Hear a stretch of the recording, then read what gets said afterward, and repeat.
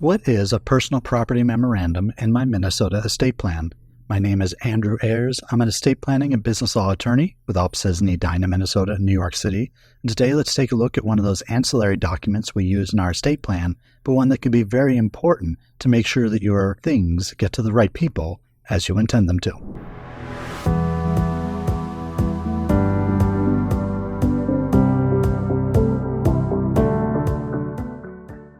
So before we dive too deep into this topic, I want to start out with, this does not apply to every state. So some states allow for a personal property memorandum where other states do not.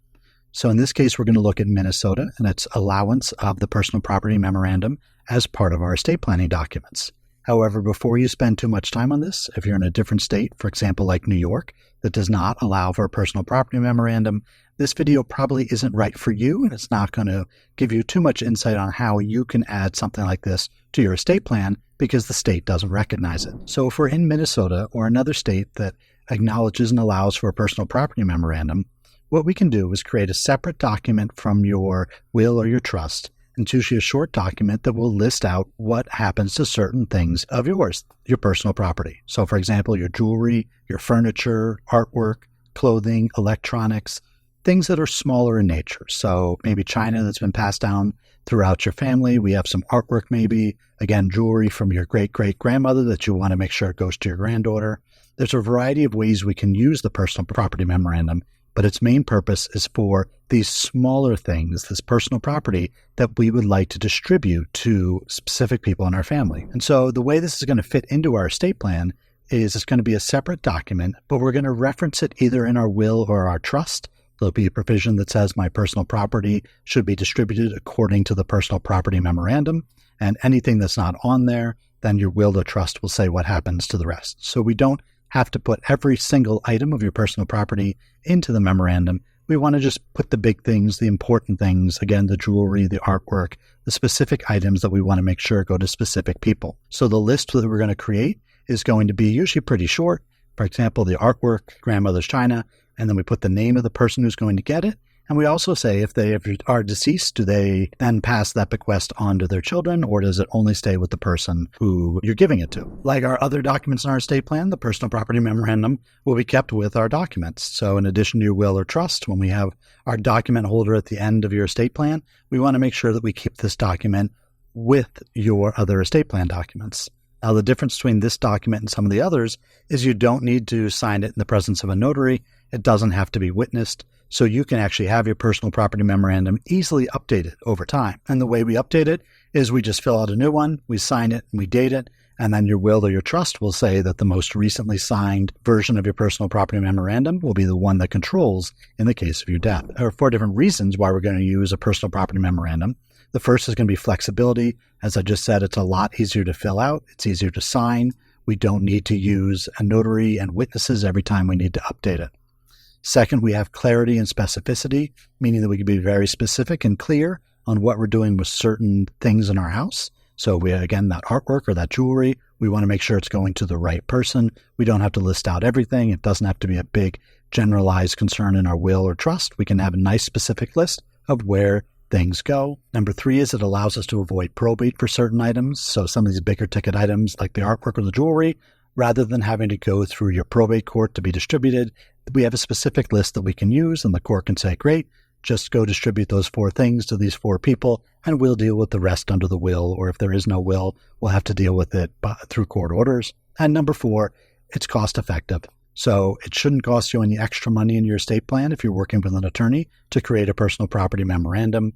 If you've used one of those online will services, I don't know if they're included or not. I've never used one before, but you're not saving money on the personal property memorandum by going online as opposed to working with an attorney. Your personal property memorandum is just an ancillary document that is included with your estate plan if you're in Minnesota. So let's look at how we can create a personal property memorandum, and I've got 6 steps for you for this. Number 1, review your estate plan. So we need to look through the documents and see what it says about these various assets and make sure that the asset you're trying to distribute isn't already covered by a different category. Number 2, we need to list out the personal property on the document. So these are the specific items that are going to specific people.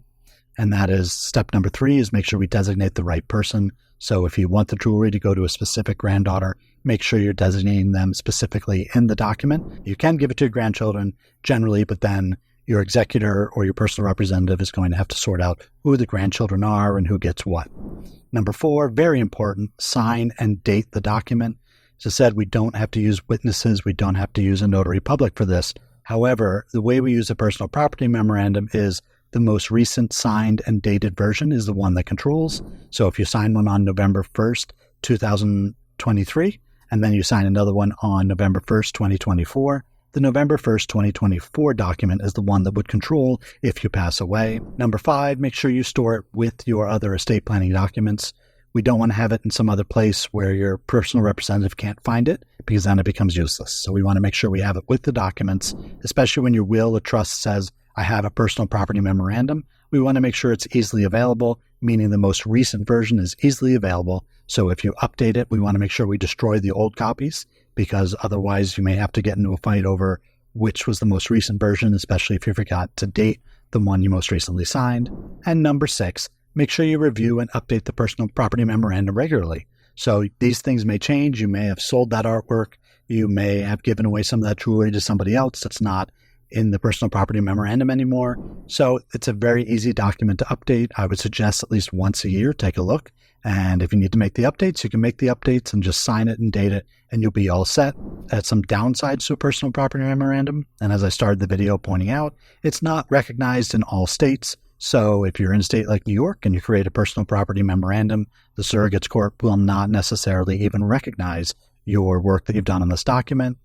If there's contradictions between the personal property memorandum and the will or the trust, we need to make sure that the will and the trust says specifically what happens in the event that there's a conflict. Most wills should say that. However, if you use an online will service or you've used an online document preparation service, we can't guarantee that they've got that right provision in there for you. And the third downside is that we do have to limit what a personal property memorandum can be used for. So you can't use it for your house. You can't use it for big bank accounts and retirement accounts. You need to understand the limitations of the personal property memorandum when you're creating it for your estate plan. If you have more questions about this or you'd like to set up a phone call, you can go to my website, 𝙃𝙀𝙍𝙀𝙀.com. There's a red legal strategy session button on the front page. If you click that, you'll be taken to my scheduling page. We can set up a 15 or 20-minute phone call. We can talk about using a personal property memorandum in your estate plan or other questions you may have. And again, before you go too far down the rabbit hole on this topic, you want to look and see whether or not your state actually recognizes the personal property memorandum. In this case, we're talking about Minnesota, which does recognize it. So we want to make sure that we're using it as part of your Minnesota estate plan.